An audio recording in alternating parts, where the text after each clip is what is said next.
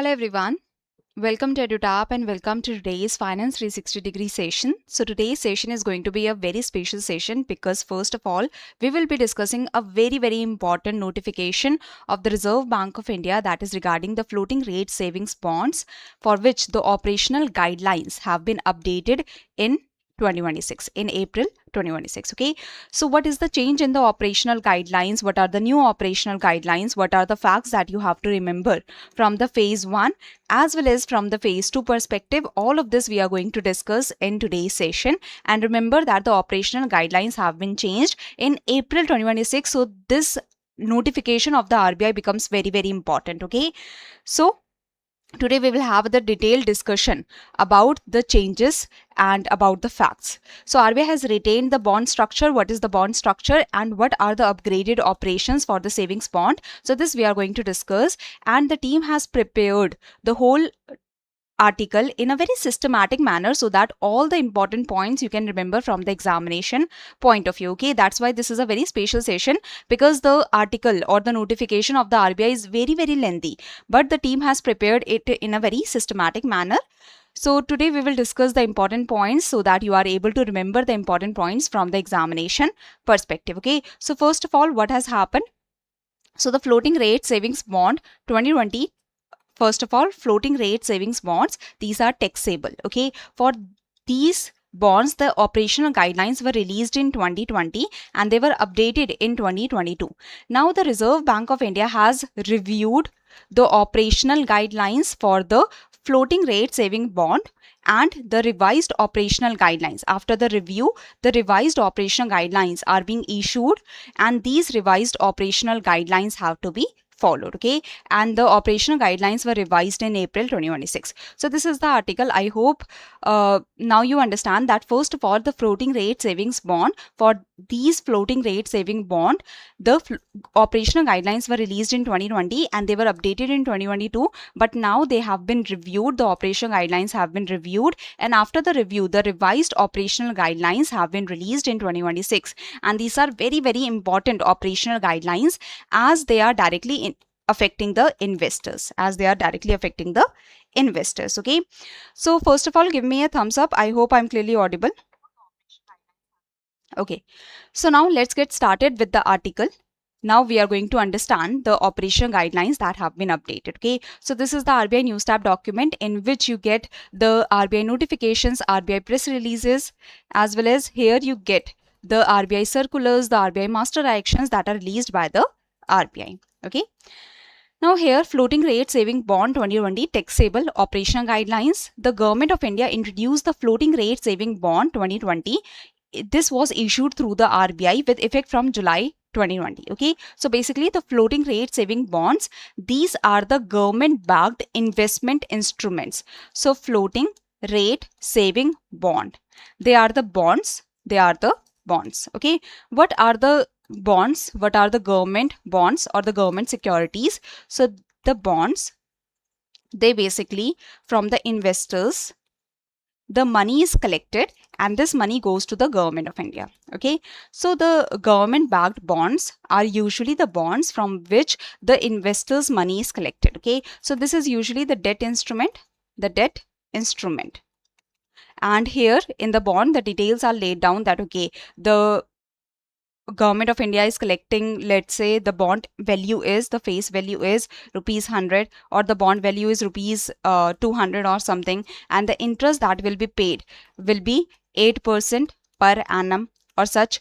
So basically the investors invest in these bonds and they get the interest on the per annum basis or on the half yearly basis, and this money the investors invest, they get the returns, and it is written on the bond itself that after 5 years or after 7 years the bond will mature and the Government of India will return the money to the investors. This is the basic idea. Okay, so the FRSBs, the floating rate saving bonds, they are the bonds. Floating rate means that the interest rate fluctuates. The interest rate keeps on changing, or the interest rate can change. So floating rate savings bond, they are the government backed investment instruments where the investors can invest in. This is designed primarily for the retail investors. So it is not for the big investors or such. This is primarily for the retail investors that are seeking stable and relatively low risk returns. Okay, so the FRSBs are for the retail investors that want to invest in the stable and relatively low risk returns. Now, what's new? So now RBI is replacing the original operational guidelines that were released in 2020 with the revised and more comprehensive set of guidelines that are released from April, that are released and that are effective from April to 2026. Okay. Floating rate means that the interest rate changes. For the saving bonds, the interest rate changes. When does it change? All of this we are going to discuss. Okay, but floating rate usually means that periodically there is the change in the interest rate. So for the saving bond, for the bond, the interest rate of 8% per annum, this is not fixed. The interest rate is the floating rate. That means the interest rate can periodically change. So that's why the savings bond, this bond is floating rate savings bond. That means interest rate can change. Okay. Now, the investment key guidelines of RBI on FRSB floating rate saving bonds, that is updated recently. So first of all, investment and subscription features. So who are the eligible investors that can invest in the floating rate saving bond? So resident individuals, that means a person resident in India, a person resident in India.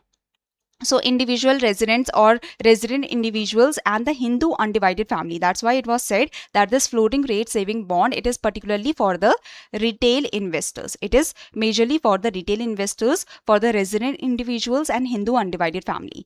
Now, investment structure. So first of all, the issue price. The bonds will be issued at the value of rupees 100. Okay. So that means per bond unit price will be 100 rupees. But the minimum amount that has to be invested by the investors is 1000 rupees. Okay. So the bonds will be issued at the value of rupees 100. So this is per bond unit price. This is per bond unit price. But the investors, they will have to invest the minimum amount of rupees 1000, and the investment should be in the 1000 rupees and later on in the multiples of 1000. Okay, so it's not like that you are investing 50 rupees, you are investing 200 rupees, you are investing 300 rupees. No, the minimum investment is of 1000 rupees and later on in the multiples of 1000 only. So this is the idea that the bonds will be issued to the investors at the minimum investment of 1000 rupees and in multiples thereof. And it is said that the bonds are issued exactly at their face value. What is the meaning of this? So there are certain bonds that are issued at the discounted price, Let's say that the bond value is rupees 1000. Okay, now the issue price is 950 rupees. On maturity, that is after, let's say, 1 year, you are going to get 1000 rupees. So what is the returns that you are getting? What is the return that you are getting? The issue price that you are paying is 950 rupees. You will be getting 1000 rupees on maturity after 1 year. So what is the return that you are getting? Anyone? What is the return that you are getting? You're getting the return of 50 rupees. So that means you got the bond at a discounted price. The issue price was 950 rupees, while on maturity you are getting 1000 rupees. Okay, so this is one type of bond that is issued at a discounted price. The another kind of bond that we have discussed is that, okay, you are paying 1000 rupees, okay, and you will be getting the interest of 8% per annum.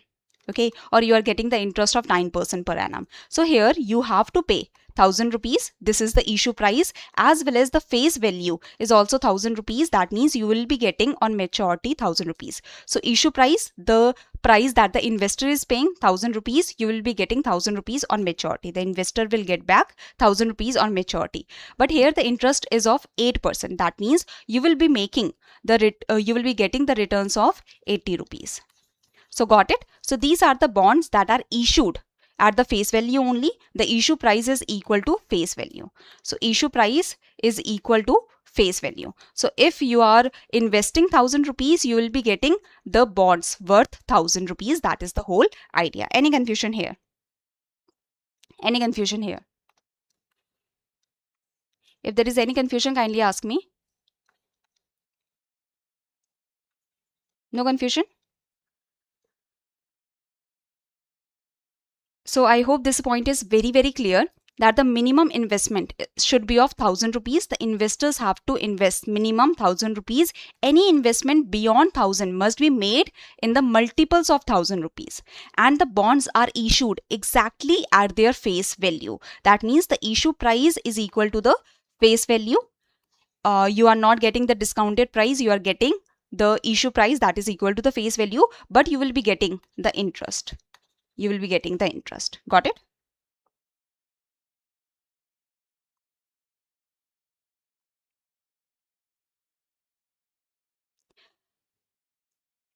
First point of what? See, the bonds, see, the bond, it is issued at the per unit of the floating rate saving bond is issued at 100 rupees. Okay, but the minimum amount that has to be invested by the investor is how much? The minimum amount that has to be invested by the investor is rupees 1000. Okay, so the investor is, let's say, investing 1000 rupees. So if the investor wants to invest more, can the investor invest 500 rupees next? Can the investor invest rupees 200 next? No, the investment should always be in the multiples of 1000.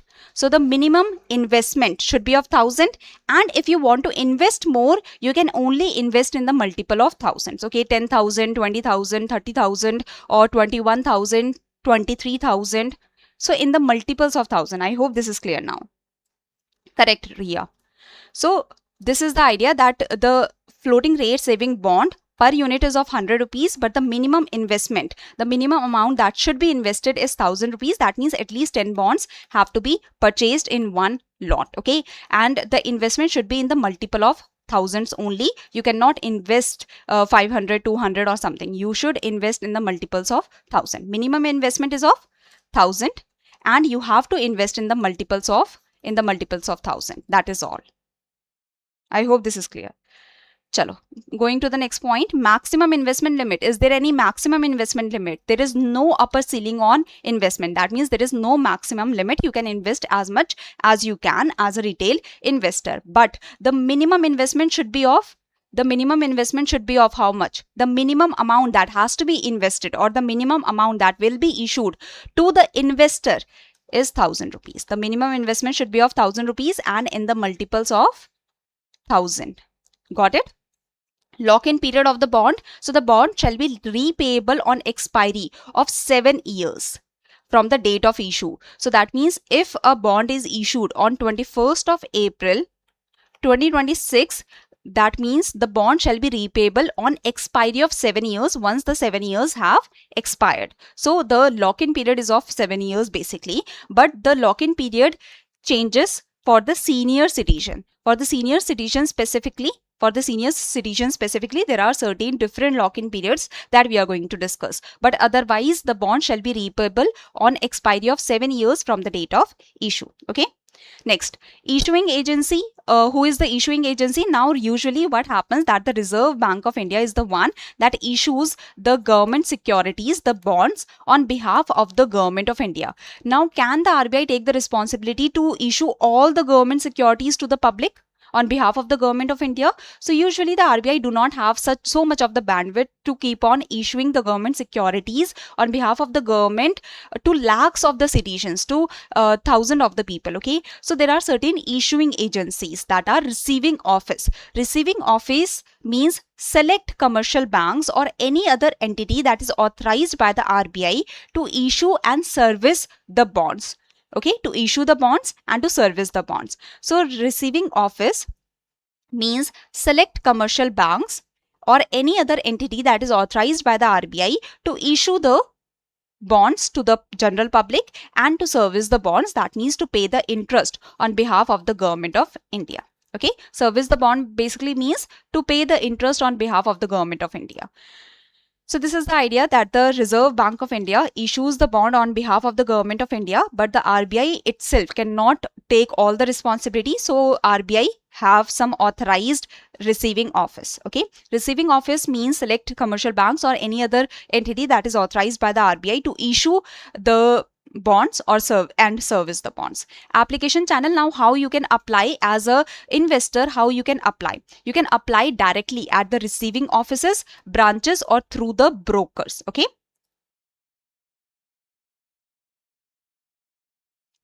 so you can apply directly at receiving offices, branches. That means at the bank branches or other entities branches you can directly apply, or through the brokers also you can directly apply. Like there are brokers that are connected with the receiving offices. So the receiving offices, they have some brokers also. Okay, next is application submitted by the investors. The application that is submitted by the investor must be with PAN, permanent number, right? In case the applicant does not have a PAN, he or she can submit a declaration in form number 97 as specified in rule 159 of the income tax rules 2026. So remember that as per the update in the income tax rules, as per the income tax rules of 2026, it has been said that if you do not have the PAN, do not worry about it. You can still invest in the bonds. You just have to provide the form number 97, the declaration in form number 97. That is the idea. Now what if you are a minor? What if you are a minor? In the case of a minor, let's say you are not earning anything. So let's say I'm a minor and I want to invest. Okay, I'm a minor, I'm only 16 years old, but I want to invest in the floating rate saving bond. So I do not have a PAN number. I am not earning anything. So my parents or my guardians' PAN number can be provided. Okay. But let's say I'm a minor. I'm also earning. I'm also earning. There are many YouTubers that are less of age, but they are still earning, right? So I'm a minor, but I'm still earning. So in this case, the form number 97 can be provided. Okay, so yes, minors can also invest in the bonds. Now mode of payment can be in cash up to 20,000 rupees, and above that check, demand draft, or electronic mode. In that form the cash can be provided, the money can be provided, sorry. So if you want to buy the bonds, you can buy the bonds by paying the cash up to 20,000, and above that, if you are investing above that, you have to provide the check, demand draft, or in the electronic mode you have to provide the payment. Any confusion till now? Any confusion, anyone till now?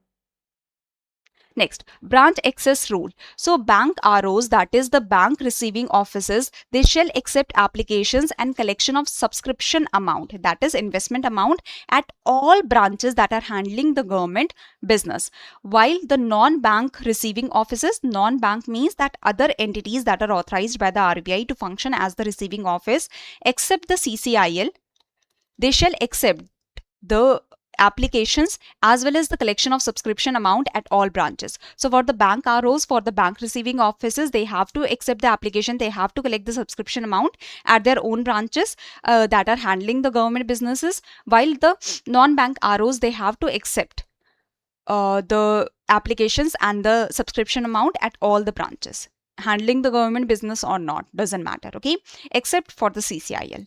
Next is ROs shall also provide a facility for online submission of application. So do you always have to go to the bank branch to get the bond, to buy the bond? So if you want to buy the floating rate saving bond, do you always have to go to the bank branch? No. It has been said very clearly that the receiving offices, they shall also provide a facility for online submission of application for the bonds. Now above points, both these points where the branches are providing the facility as well as where the online facility is being provided, these above points may be ensured on or before September 30, 2026. That is by September 30th, 2026. These facilities have to be provided at all the bank branches that are handling the government business from the bank side. So the application form should be present and the subscription amount should be collected. The receiving offices should also provide the online submission of application. Okay, withdrawal of subscription. Let's say that today you decided that you want to invest. 30,000 rupees.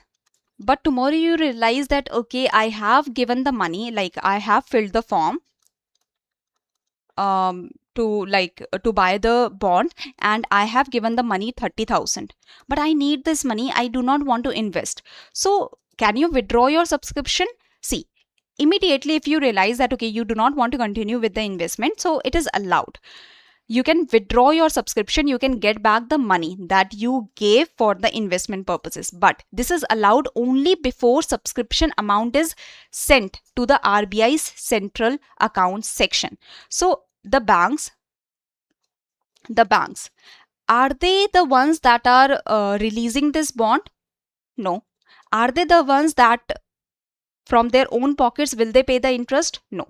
They are just, the banks are just the entity that is connecting with the general public on behalf of the government of India, on behalf of the RBI, like RBI.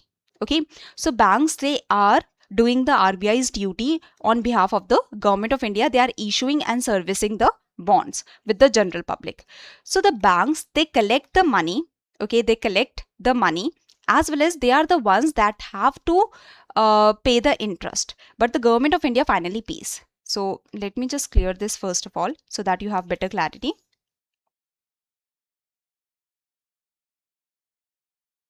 Just a second.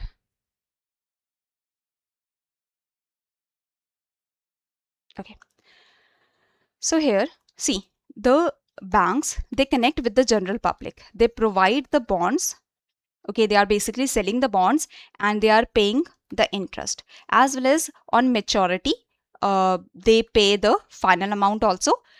So this is the idea that the banks are the ones, or the receiving offices are the ones that are connecting with the general public. But basically, behind that, the government of India is the one that has to pay all the amount. Okay, now the government of India pays to the RBI. RBI pays to the banks. Okay, so government of India is the one that is getting the money through the bonds, that is basically that has to pay the interest. So government of India pays to the RBI. Okay, pays to the RBI. Government of India pays the interest amount to the RBI. RBI pays this interest amount to the receiving office, and the receiving office finally pay to the general public. So I hope this is clear, first of all, that how this cycle goes on, that RBI, on behalf of the government of India, RBI is issuing the government securities. Now RBI cannot do all of this alone, so RBI has some authorized receiving offices that are usually the bank or the other authorized entities.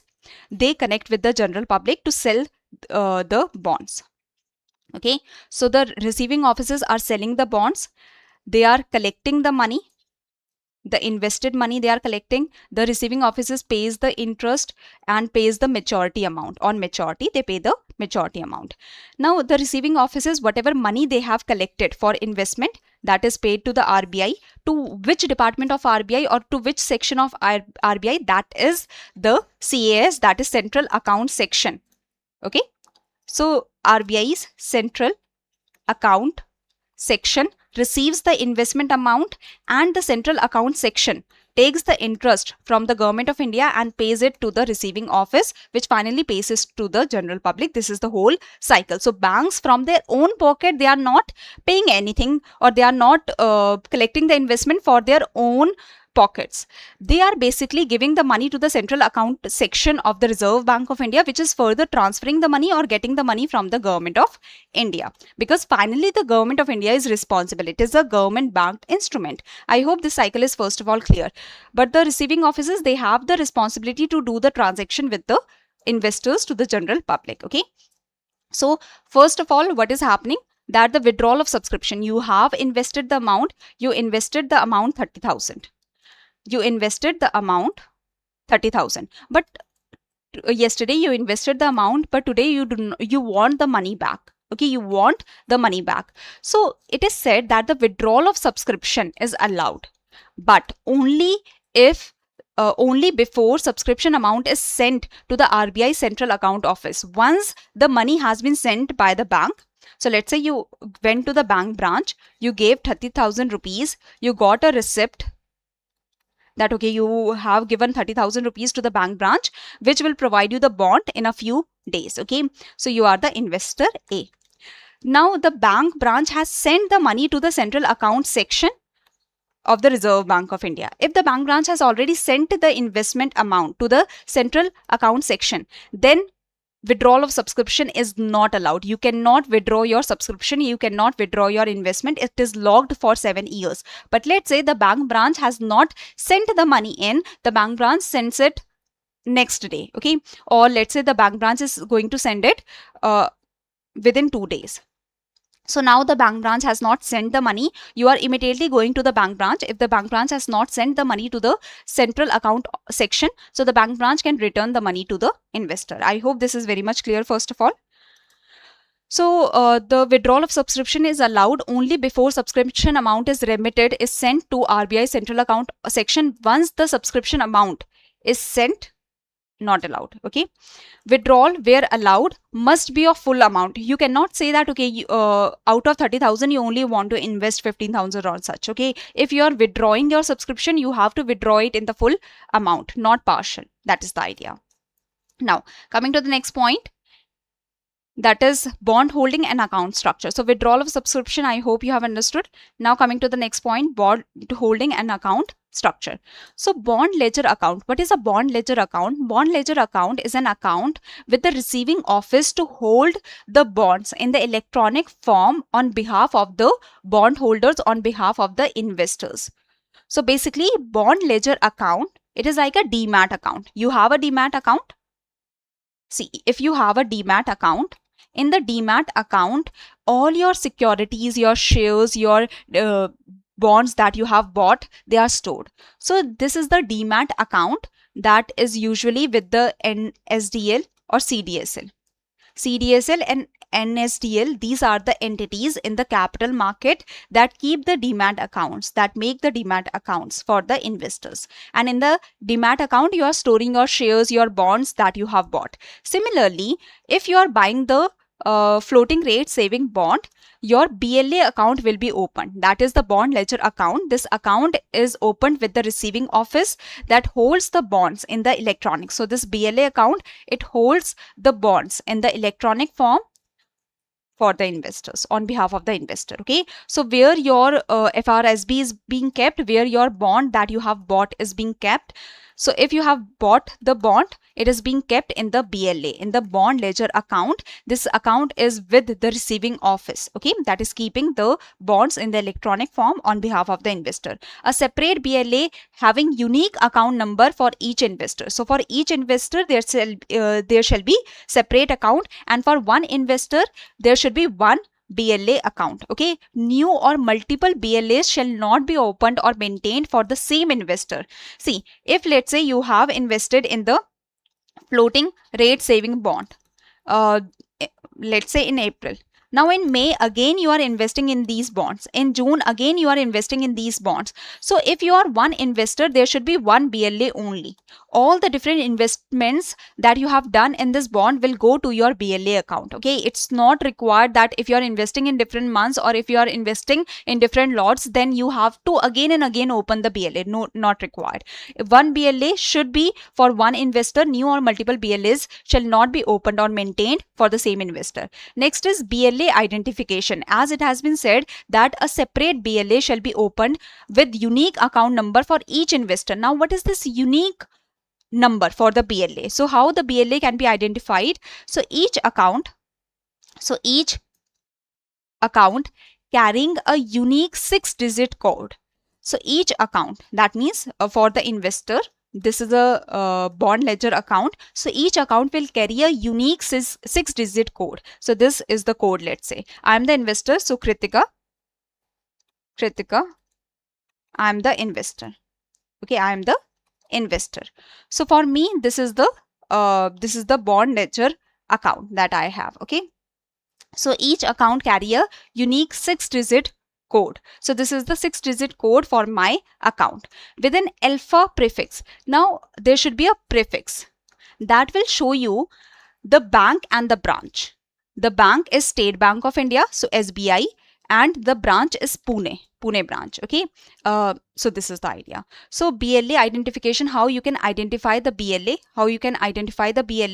the bond ledger account can be identified through the unique 6-digit code with an alpha prefix, with a prefix that is the bank and the branch, and the 6-digit code is unique for the different BLAs. Okay, form of bond. So bonds are issued in electronic form and they are kept in the BLA, that is bond ledger account. Okay, certificate of holding. Now the receiving office issues a certificate of holding, COH, that is certificate of holding to the investor within 3 working days from the date of receipt or realization of funds. So basically what happens, that the bank is receiving the investment money from the investor and the bank has to transfer the money within 2 days to the central account section of the Reserve Bank of India, and within 3 days the bank has to issue the certificate of holding to the investor. That is the idea. Okay, I hope this is very much clear.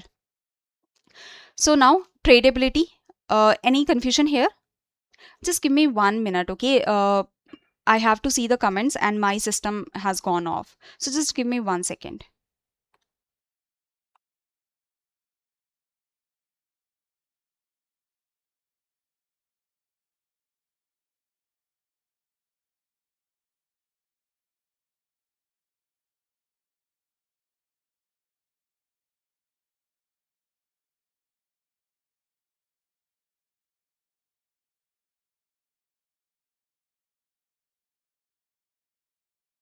Sorry, I was not able to see the comments. Okay, just give me 1 second. Okay, all clear? Yes, I will be sharing the PDF. Do not worry about it. Okay, right now focus on the topic. Chalo, let's continue. Any confusion here? So basically the bank receives the investment money. This investment money has to be sent to the central account section of the RBI within 2 days and within 3 days. So within 3 working days from the date of receipt or realization of funds, the certificate of holding has to be issued to the investor. That is the idea. Now tradability, the floating rate saving bonds, are they tradable? They are not tradable. They cannot be bought or sold in the secondary market, because this is the floating rate saving bond. This is the risk-free instrument that is provided to the retail investors. So they are not tradable. They cannot be bought or sold in the secondary market. I hope this is very much clear. Now next is loan eligibility. Not eligible as collateral. So the floating rate saving bond, they are not eligible as collateral for availing the loans from banks, financial institutions, NBFCs. Okay. Now coming to the third point, nomination and the death related claims. So here the important point will come in the lock-in period. That is what you have to remember, because as I have told you that for the senior citizen, the lock-in period of 7 years is not valid. There are different lock-in periods. Okay, so that will be the most important point in this area. Nomination facility. So receiving offices, the ROs that are basically issuing and servicing the bonds, they must encourage the investors to register nomination while applying. Okay, so nomination, there should be some nominee, so that in case of untimely death, the money of the investor can be given to the nominee. Okay, eligible nominees. Now who can be the nominee? Only a resident or non-resident Indian is nominated by the applicant or investor.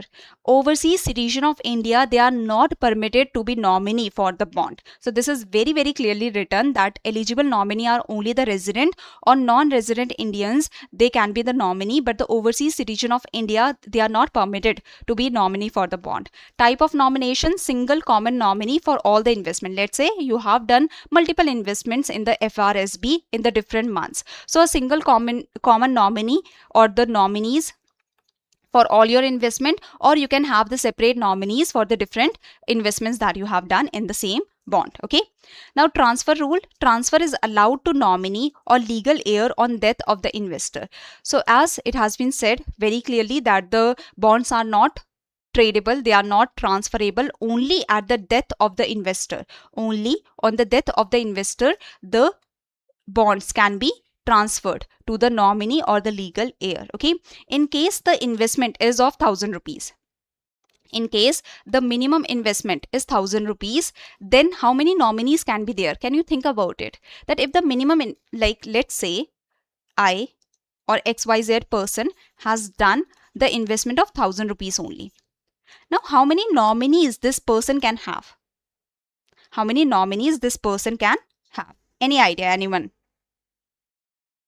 This investor can only have one nominee. This investor can only have one nominee because this 1000 rupees, it cannot be broken down. Okay, so this is the idea. The minimum investment is of 1000 rupees, and in case the person has only invested 1000 rupees, in that case only one nominee can be there. Okay, in case of investment, that is the minimum amount, that is the minimum investment of 1000 rupees, the person may be permitted to nominate only one nominee. That is the basic idea.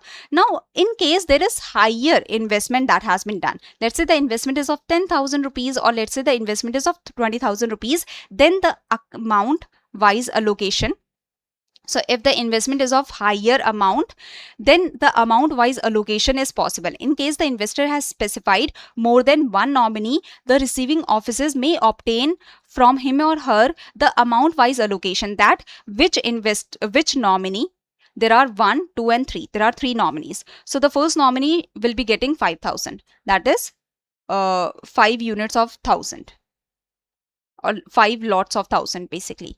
The second nominee will be getting 3000 and the third nominee will be getting 2000 if the investment is of 10,000. So that means amount wise allocation between the nominees have to be determined by the investor. So if investor is writing down 3 nominees, investor is notifying 3 nominees, so the amount wise allocation between the nominees should also be laid down by the investor. Okay, so in case the investor has specified more than one nominee, the receiving offices may obtain from him or her the amount wise allocation for transfer of investment amount among the nominees. Amount wise allocation facility may be made available for all new investments on or before September 30, 2026, and may be provided for the existing investments, the previous investments that have already happened on or before 31st December 2026. So I hope this is very much clear that the amount wise allocation is possible. Multiple nominees are possible, and amount wise allocation is possible for the new investment from September 30, like on or before September 30, 2026. This facility has to be provided to the investors, or by this date the facility has to be provided to the investors, but for the older investors, by this date the facility should be provided. Okay, yes, very good. Recognition of claim in case of death of the investor. So bond is transferred to nominee. In case of death of the investor, the bond is transferred to the nominee. There can be one nominee or there can be multiple nominees. There can be multiple nominees. Okay, if the nominee does not already have a BLA, a new BLA must first be opened. Let's say XYZ person and the daughter of XYZ person, they both have invested in the floating rate saving bond. So XYZ person has the BLA.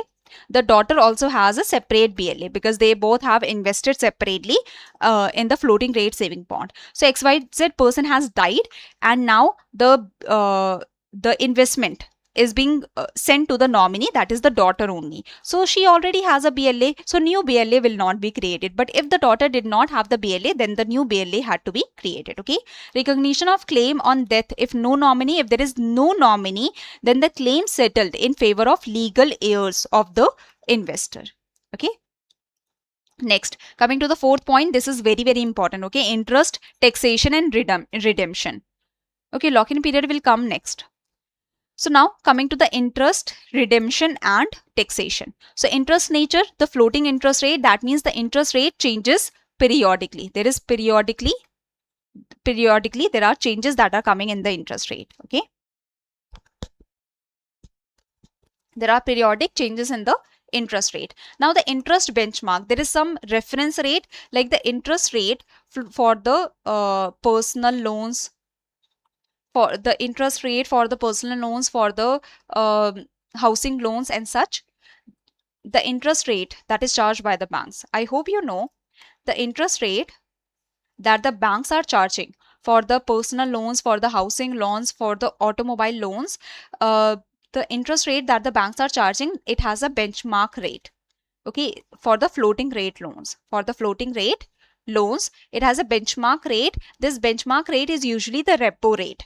So repo rate is the benchmark rate, that is the reference rate according to which the banks decide their interest that they charge for the floating rate personal loans, housing loans, automobile loans. So usually what happens that the interest rate has some benchmark rate.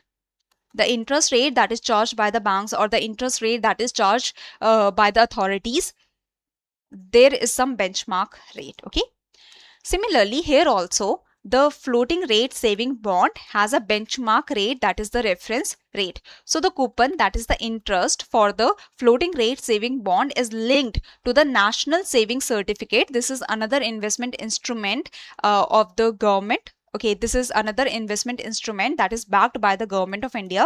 National saving certificates, it is usually provided through the post offices. You can go to the post office and you can invest in the national saving certificate.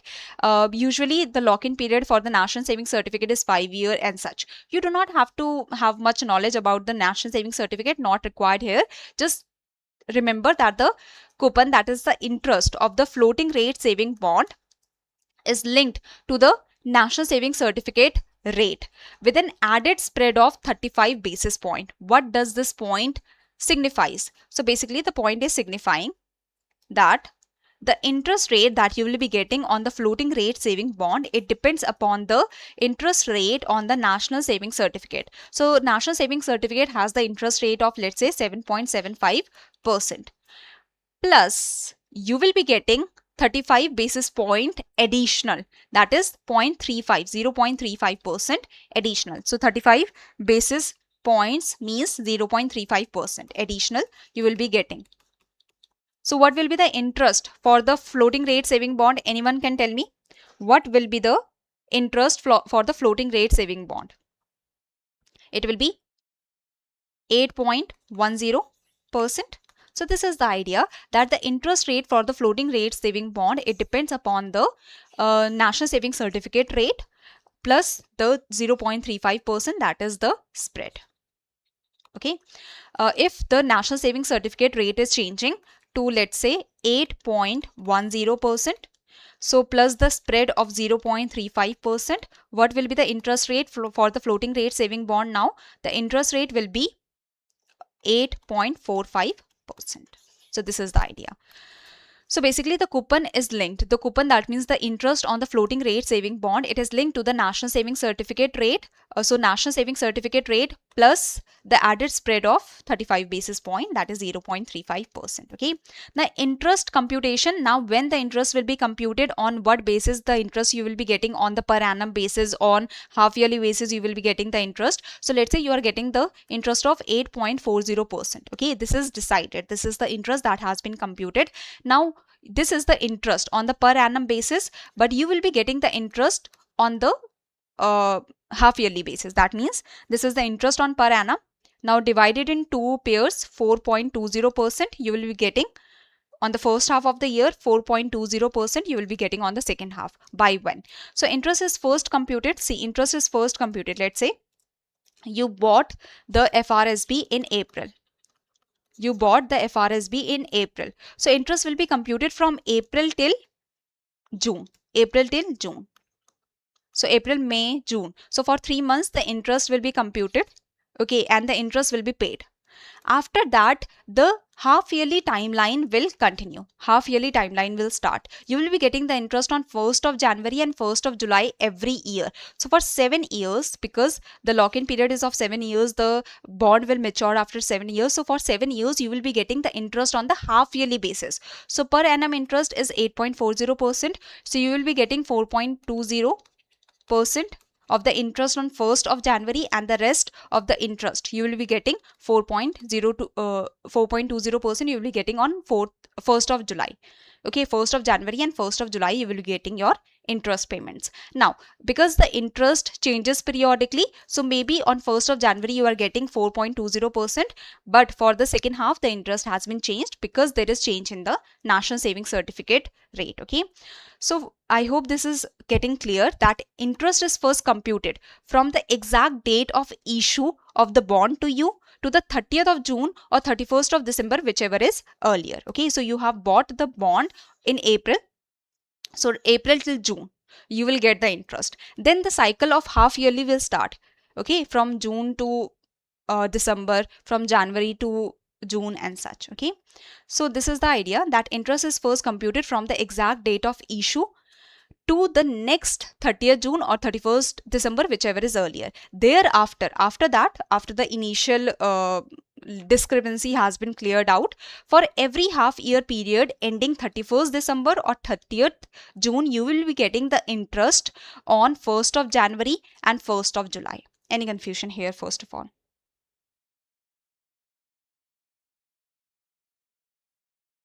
Any confusion? So interest rate will be reset every 6 months and you will be getting the interest on 1st of January and 1st of July. Okay. Interest is paid at half yearly intervals after the relevant interest period ends. The periodic interest payments will be made on 1st of July and 1st of January respectively. Okay. So that is the idea. No confusion? Okay, thank you. Let's move on. Tax on interest. So taxable, the floating rate saving bond bracket taxable. So in the heading itself, taxable is written. That means the interest that you are earning on the floating rate saving bond, it is taxable. Interest is fully taxable. Fully taxable means that the whole amount of interest, let's say you are getting the interest of 8.40%, that is approximately 80 rupees. You are getting as interest. So this interest, it's not half of the interest or not quarter of the interest is taxable. The whole interest, on the whole interest, the tax will be applied. If the tax is 30%, or let's say if the tax is 10%, so this tax will be applied on the whole value of the interest. So interest is fully taxable. Tax shall be deducted at source when the interest is paid. So before paying the interest, deduct the tax. So let's say your interest is 80 rupees. Your interest is 80 rupees. 10% is tax deductible at source. So 10% is the tax. How much interest you will be getting? Any idea? Deduct the 10% of tax, that is 8 rupees. So you will be getting the interest of 72 rupees. Got it? So tax deductible at source means at source only, at the bank only, from the receiving office only, the tax will be deducted. From there only the tax will be deducted and you will be getting the interest after the tax has been deducted. Okay. So this is the idea that the interest is fully taxable. The whole amount of the interest will be taxed. The tax shall be deducted at source when the interest is paid. Tax shall be deducted at source only before the interest is paid to you. Now, premature encashment eligibility, this is very, very important. Individuals aged 60 years and above, they will be getting certain relaxations in the lock-in period. So lock-in period or the bond matures after 7 years. Okay, the expiry of the bond is 7 years, but the individuals aged 60 years and above, they have some relaxation. So early redemption is available only to senior citizens subject to lock-in conditions. Lock-in for age 60 to 70, the lock-in period for investors in the age bracket of 60 to 70 shall be 6 years from the date of issue. So that means they the expiry for them is not 7 years, like they have the lock-in period of 6 years. After that, they can take out the money. For the people aged between 70 to 80, lock-in period for investors in the age bracket of 70 to 80 shall be 5 years. This is the lock-in period after which they can take back their investment. They can sell the floating rate saving bond or they can return the floating rate saving bond. Lock-in age 80 and above. So lock-in period for the investors that are aged 80 and above shall be 4 years from the date of issue. This is the idea. Okay, so they have the lock-in period of 4 years. Lock-in period of 4 years. After that, they can return the floating rate saving bond. So premature redemption date only on 1st January or 1st July. So let's say you have requested that you want to sell your floating rate saving bond and you are aged 85, let's say. So you want to sell the floating rate saving bond. The 4-year lock-in period has already passed. So now you can return the floating rate saving bond. But you have requested in April. Will your request be taken in April only? No. The floating rate saving bond can only be returned on 1st of January or 1st of July. So on 1st of July, your floating rate saving bond will be taken back and the money will be returned to the investor. Okay, even after eligibility, even after the lock-in period has finished, actual redemption, that is actual money that is returned to the investor is aligned with the half yearly interest payment dates. And remember that there is penalty on premature encashment. If you are taking out the money prematurely, that is, you are not sitting with the floating rate saving bond for 7 years, you have fulfilled the lock-in period of 4 years, or you have fulfilled the lock-in period of 5 years or 6 years, whichever is the eligibility criteria. So you have fulfilled the lock-in period and now you want to sell, sorry, you want to return the floating rate saving bond, you can, but there is the penalty of 50% of the last 6 months interest. This is recovered in premature redemption cases. Okay, so for the last 6 months interest, this was 4.20%, so 50% of that will be deducted. Okay, any confusion? Now coming to the claims reporting and compliance.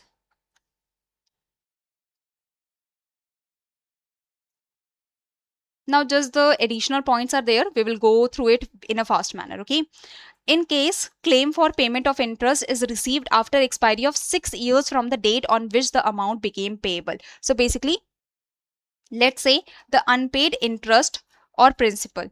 In case the claim for payment of interest, you are claiming the interest after expiry of 6 years. 6 years have passed from the date of issue of the interest. So the receiving office shall verify and forward such claims to the central account of section of the Reserve Bank of India with reasons that why the claim has not been made or why the delayed claim has been made, that is after the expiry of 6 years. The RO may consolidate such claims and send it through the Prava portal of the Reserve Bank of India. The RBI reserves the right. See, now what happens that the basically, let's say after 6 years, you remember that, okay, you have a floating rate saving bond and you have garnered some interest.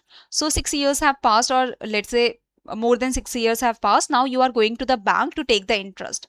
Bank verifies that, okay, really your claim is there, and the bank just pays you the interest without sending it to the central account office. Bank, without taking permission from the RBI, just pays you the interest, pays the interest to the investor. In this case, the RBI is saying that if the bank has not taken permission from the RBI, the RBI can reject the bank's claim to get the interest. Okay, so basically,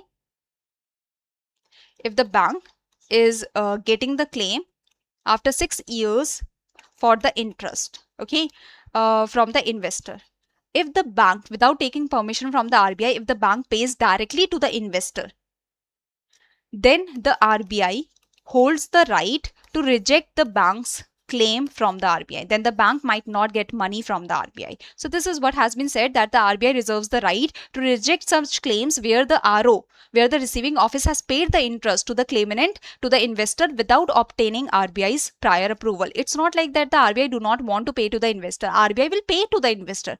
But RBI is saying that first send the request to the central account section of the RBI. We will check ourselves, then we will release the money, then you can release the money to the investor. Okay.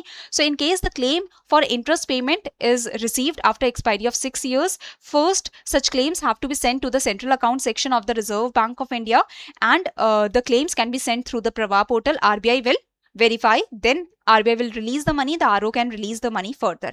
RBI reserves the right to reject such claims where the RO has already paid the interest without obtaining RBI's prior approval. Okay, so this is in case the expiry of 6 years has passed. Okay, remittance by receiving office. So subscription amount, that is the investment amount collected, has to be remitted to the central account section. This I have told you, that the subscription amount, the investment amount collected by the receiving office has to be sent to the central account section. So if you are purchasing the floating rate saving bond, you are giving the investment money to the bank has to send it to the CAS within 2 working days. Okay, link cell. Now what is a link cell? Link cell of an RO means it's designated. So link cell of the receiving office is the designated nodal office or branch that is responsible for coordinating with the other branches, with the central account section, and with the public debt office of the Reserve Bank of India for carrying out instructions in these guidelines. So basically, link cell of the RO is responsible for the connection with the RBI, with the different departments of RBI, with the public debt office, with the central account section. Okay, Now, high value reporting. So details of investors with aggregate investment of 10 lakh or more in the FRSB in the previous financial year must be reported to the Public Debt Office, Mumbai, by April 15th of the current financial year. So in the previous financial year, if some investor has invested 10 lakh rupees or more than that, then the information about that detail of investor has to be sent to the Public Debt Office, Mumbai, by April 15th of the current financial year. Reporting by receiving office. So basically ROs, they pay the interest, they pay the principal repayments. So ROs are collecting the money from the investors, they are paying to the investors. Okay, now the ROs, they will claim the reimbursement from the central account section through their link cell, because the link cell is connecting with the central account section with the Public Debt Office and such. So the consolidated statements of the BLA, how much of the bonds have been purchased, how much of the bonds have been sold, what is the interest that is being paid and such from branches. So consolidated statement from branches are sent to the Controller of Accounts, Department of Economic Affairs, Ministry of Finance of the Government of India, so that the Government of India can pay to the Reserve Bank of India and the RBI can pay to the ROs. This is the idea. Now next is service charges. So these are some of the last points that we will be discussing. Okay. So remuneration to receiving offices, so service charge. Now if the receiving offices are providing their services, will they provide it for free? What do you think? Will they provide it for free? No. The service charges receiving offices are paid 25 rupees for opening new bond ledger accounts. Annual maintenance charge rupees 20 is paid to the receiving office. This is the service charge, this is the annual maintenance charge that is taken by the RO. Okay, rupees 20 is paid for servicing existing accounts. So basically for opening the new accounts, rupees 25 is the service charge that the RO takes, and for maintaining the existing accounts, rupees 20 is the annual maintenance charge that the RO takes. Okay, brokerage of 50 paisa per 100 rupees of the subscription amount mobilized by ROs. So basically 50 paise per 100 rupees of the investment amount that has been collected by the ROs. That is the brokerage fee that the ROs take. So brokerage is at the rate of 0.5%. So on the 100 rupees, the brokerage is taken at 50 paisa. Okay, now at least 50% of the brokerage shall be shared by the ROs with their brokers and sub-brokers that are registered with the ROs. Okay, because RO, the receiving office, they also have brokers, sub-brokers that are spreading, like the agents that are spreading the information amongst the public regarding the floating rate saving bond. No brokerage is payable in case the broker is one of the investors or applicants. Okay, this is the idea. Now brokerage payment pattern. So 90% of the brokerage that has to be given to the ROs based on the funds that have been collected and reported to the CAS, that has been sent to the CAS, that is the central account office, central account section. Okay, so 90% of the brokerage that is due to ROs, that is due to receiving office, based on the funds that have been sent or reported to the central account section as at the end of the business of the month, will be paid on third working day of the succeeding month. So whatever is the money that has been collected by the RO from the investors for the investment in the floating rate saving bond, that has been reported, that has been sent to the central account section. So 90% of the brokerage on that, 90% of the brokerage on that has to be 90% of the brokerage on the received amount in a month. So 90% of the brokerage will be paid on third working day of the succeeding month. Okay, the remaining 10% of the brokerage amount along with handling commission is to be claimed by the ROs through a form, that is a brokerage and handling commission claim. So 90% of the brokerage will directly be paid in the next month, third day, but the remaining 10% will only be paid. The remaining 10% of the brokerage will be paid when the ROs fill a claim form. Handling charges 1/16th of 1%. 1/16th of 1% of the subscription amount of the investment amount that is collected. So the brokerage, the receiving offices, they are getting the brokerage for the subscription amount investment amount that is mobilized, as well as they are also taking the handling commission for the subscription amount for the investment amount that is mobilized. This is the additional charge for handling the subscription amount, that is 1/16 of 1%. Now turnover commission 7 paise per 100 rupees on interest that is paid, principal amount that is repaid to the investors. So 7 paise per 100 rupees, that is 0.7. Not 0.7, 0.07, sorry. So 7 paise per 100 rupees, that is on interest paid, principal amount, this is the turnover commission. Coming to the last few points, so investor services and grievance redressal mechanism. So investor services, basically online facility, is provided to the investors by the RO to view their BLA holdings, to change the nominee, submit requests for premature redemption if you have completed your lock-in period for the senior citizen, download the certificate of holding, interest, redemption payment statement, TDS, tax deductible at source certificate. So RO shall ensure that these functionalities are made available to the investors by December 31st, 2026. Okay. RO shall put in place a system to attend all the service requests received from the investors within a period of 5 working days from the receipt of the request. Okay. Grievance redressal mechanism. So ROs shall display at all branches on their website the name and the contact details of the nodal officer responsible for the grievance redressal complaint, for the complaint handling relating to the bonds, and escalation matrix, that if the nodal officer is not able to handle the complaint or is not replying, then the branch manager can be reached out or the regional officer can be reached out and such. In case the investor is not happy with the reply of the receiving office, or in case the investor is not getting the reply within 1 month, within 30 days, so the ROs, they shall display at all branches and on their website the information to approach the RBI also if no reply is received within a period of 30 days from the receiving office, or in case the investor is not satisfied with the response of the receiving office. Okay. RO shall ensure that the officials from their link cells attend the half-yearly customer service meetings conducted by the Public Debt Office in the Nagpur to discuss the issues related to the investor service. Okay. This is the last point. Any confusion till now?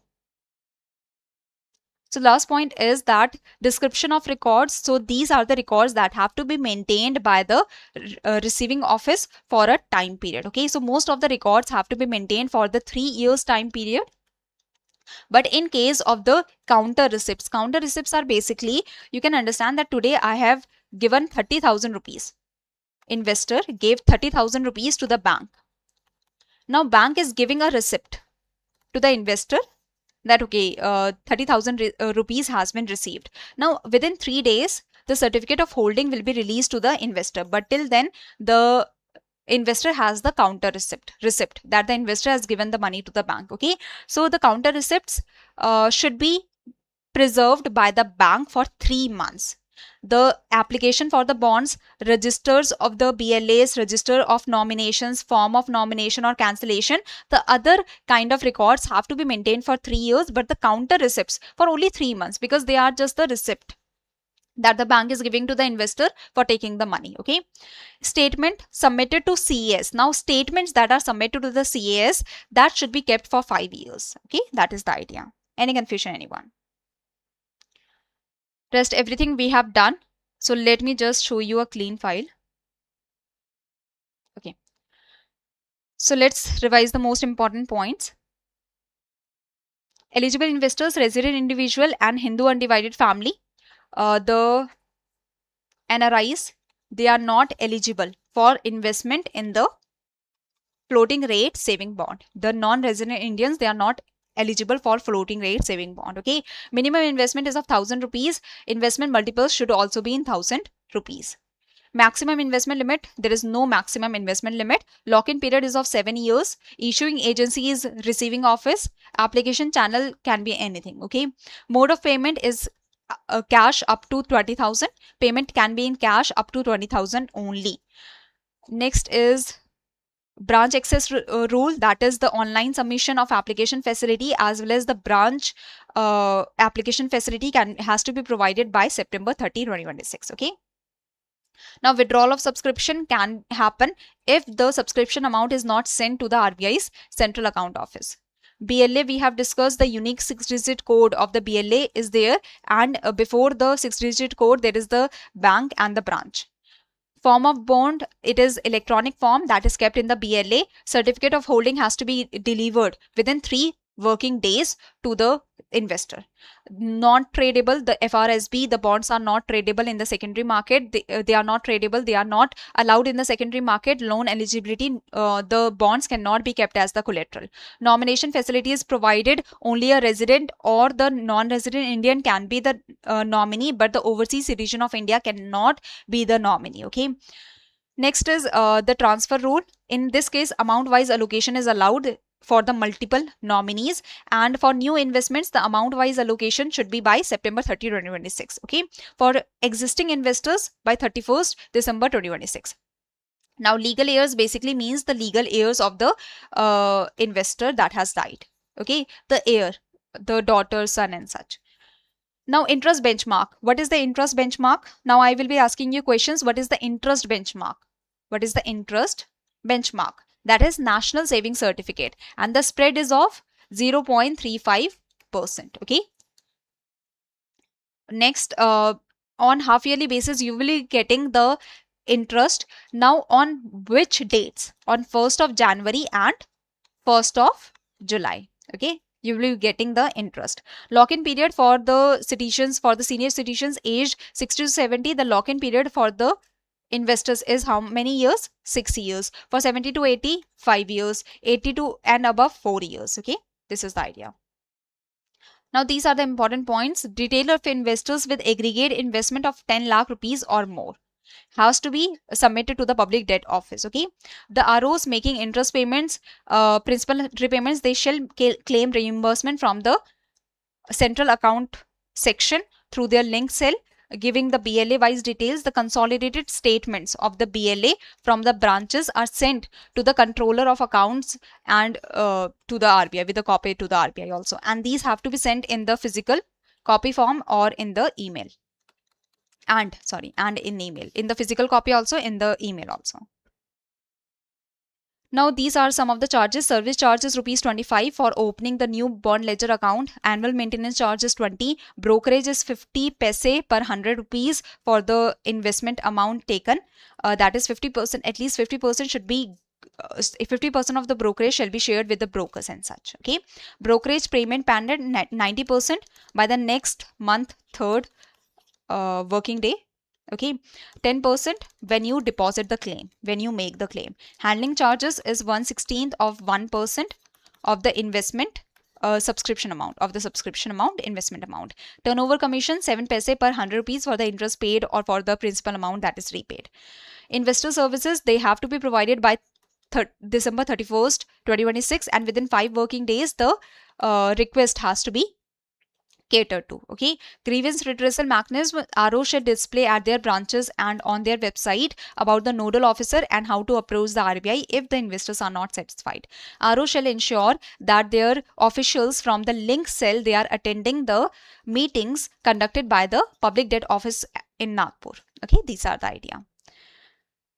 Now these are the definition. Bond ledger account we have discussed. The CAS is the central account section at Nagpur. Certificate of holding is basically the certificate proof of subscription. Eligible investors we have discussed. They are the resident individuals or the and the Hindu undivided family.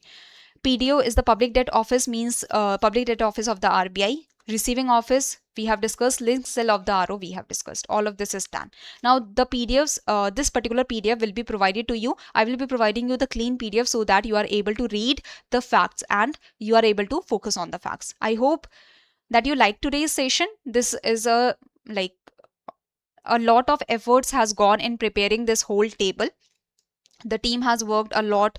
I have verified the data points, so it took a lot of time, but I hope you are able to see all the important data points at one place. So usually the data, because of the lengthy direction, it is very difficult to go through the data points in a clear manner. Okay, so that's why I've prepared this whole PDF for you. The team has prepared the PDF. I have verified the data. Okay, any confusion? Chalo, this is it for today. I hope you enjoyed the session, and We have done the FRSB operational guidelines, the update that has happened, and I hope you enjoyed the session.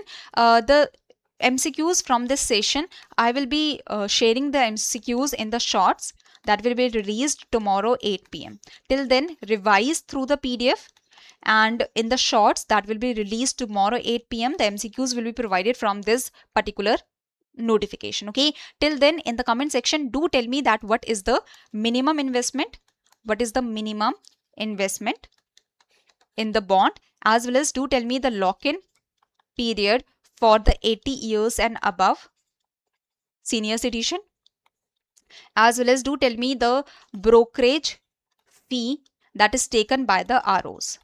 Okay, so these are the 3 questions that you have to answer in the comment section below. I hope you will be able to answer. Okay, where you will be getting the PDF? You will be getting the PDF in the Telegram channel of EduTap. Telegram channel of EduTap, for which the link is provided in the description box below. So the PDF of the session you will be getting in the Telegram channel of EduTap. The link for the Telegram channel is provided in the description box below. Okay.